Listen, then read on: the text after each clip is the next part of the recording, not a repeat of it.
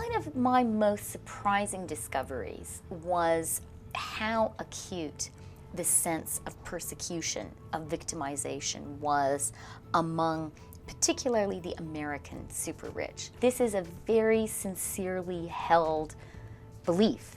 It was inspired a lot, provoked, they would feel, by the president, but no less genuine for that. There is a leading hedge fund guy on Wall Street, very, very wealthy, someone who supported the president, Obama, in 2008. In 2010, he sent an email to his friends with the subject line, "Battered Wives." It's written in the first person, in the persona of a woman being beaten by her husband.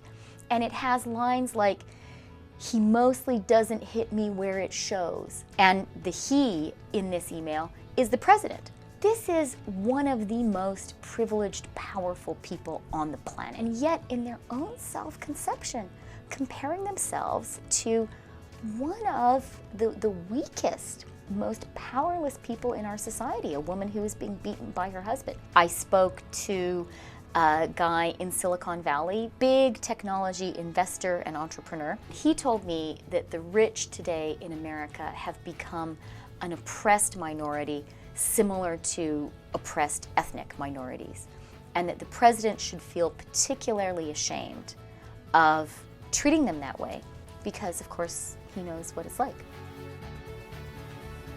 Capitalism is essential, and the plutocrats are the people who are the best at it.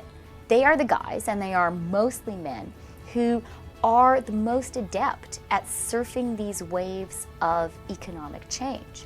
We need them, otherwise we don't have progress. The point that I make in my book is that we have to also appreciate the fact that these disruptive economic changes are having a differentiated impact across society.